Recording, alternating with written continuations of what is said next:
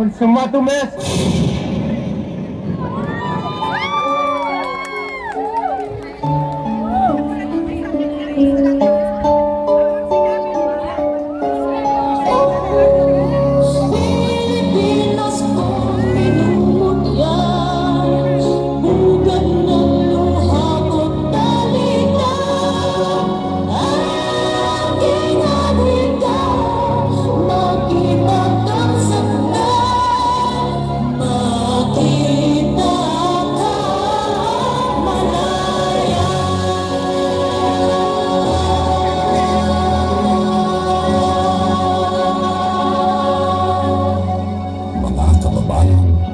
Pambansang awit ng Pilipinas.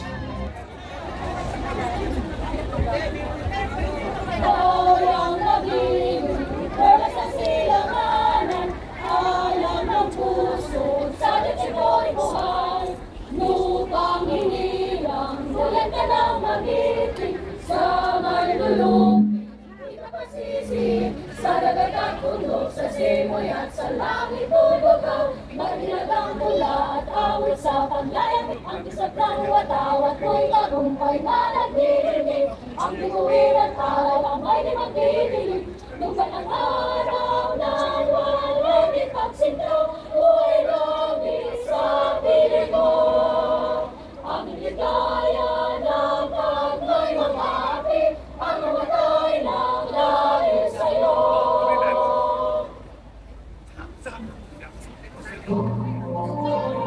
Panahon na ng pagbabago, dahil sa ito'y kinakailangan, tayo na magtulong-tulong na paunlahin ang lahat nating kaya. Gawin ang pagbabago sa pag-asenso, masikap na mabutihan ng tubig at ulan. Ipagpalagay natin sa mundo at ipamalas ang bagong Pilipino, ang bagong Pilipinas.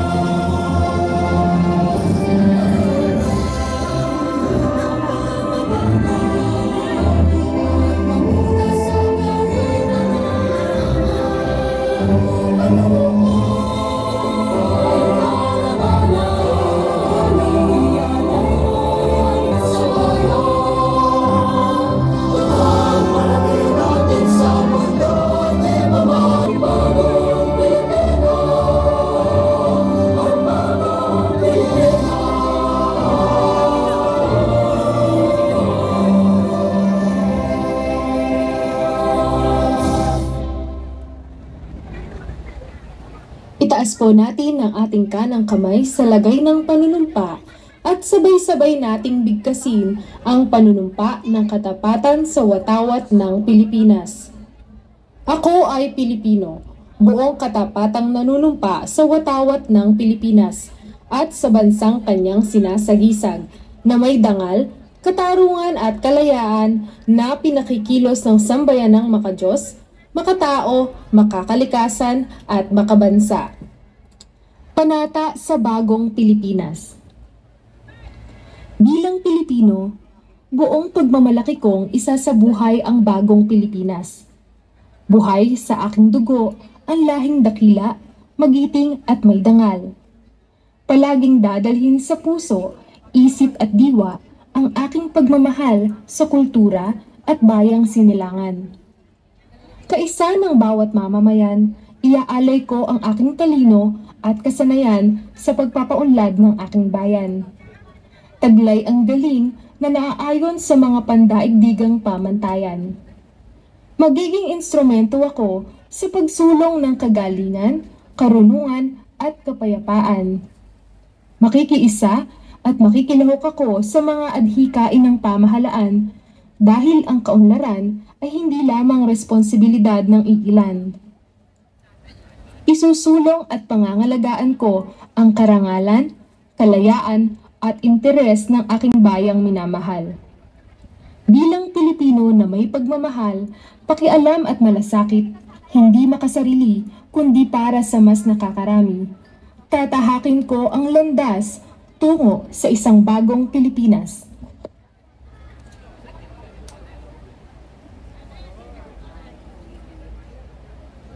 Ladies and gentlemen, and that concludes the flag raising ceremony. Good morning, everyone in Chater Road. First and foremost, I would like to greet you all Ni Hao, Dagaho, and Mabuhay.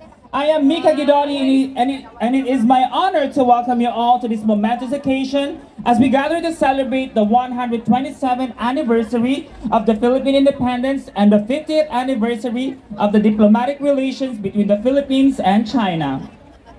Today, we commemorate the bravery, resilience, and unwavering spirit of the Filipino people who fought for our freedom.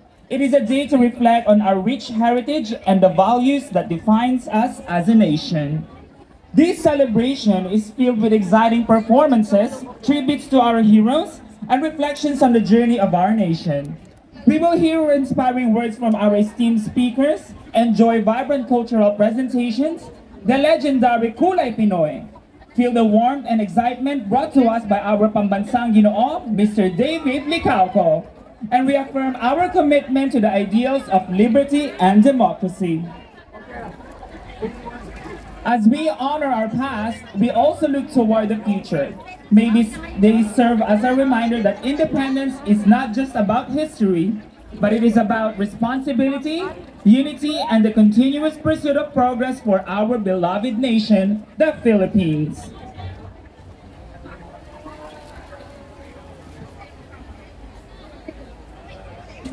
We are truly privileged to have distinguished guests with us today who share in our pride and joy. Let us extend our warmest welcome, whose presence makes us this event more special. Ladies and gentlemen, please welcome our Consul General, Mr. Romulo Victor Israel Jr.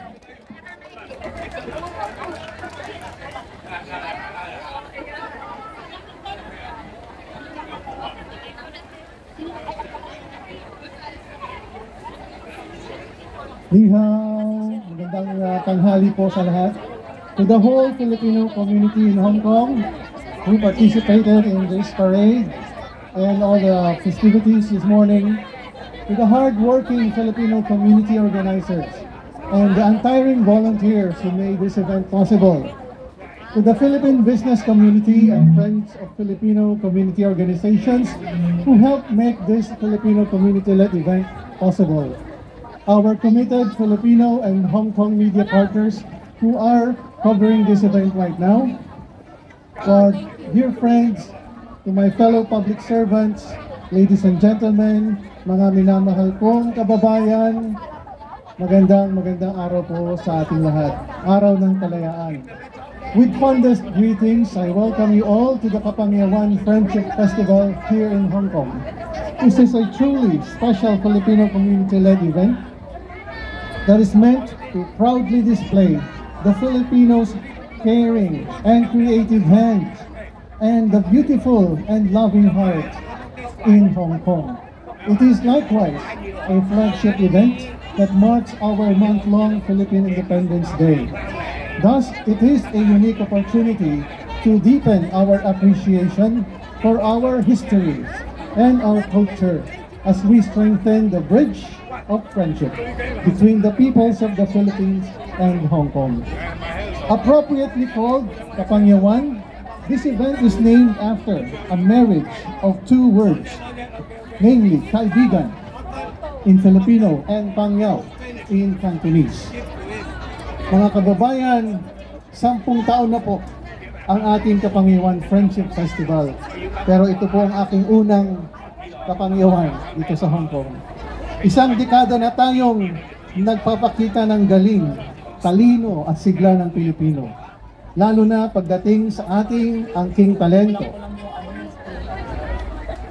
sa sining, sa pagsayaw, sa pagkanta at pagsasadula ng ating kasaysayan.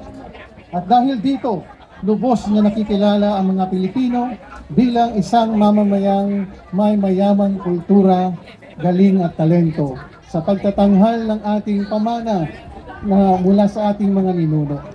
Kaya po sa lahat ng mga Pilipino dito sa Hong Kong, maligayang pagbati sa inyong lahat sa ika-10 anibersaryo ng Kapangyawan Friendship Festival. Isang palakpak naman po para sa ating lahat sa pagdiriwang ng 10th anniversary of Kapangyawan Friendship Festival.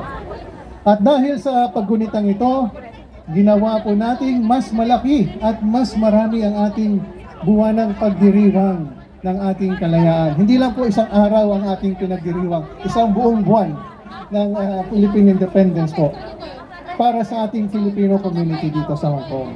Tayo po ay magitan ng Kapangyawan ngayong araw na ito, unang araw ng Hunyo at ang unang linggo ng Hunyo. Sa susunod naman pong linggo ay pagdiriwang naman natin ang Migrant Workers Day.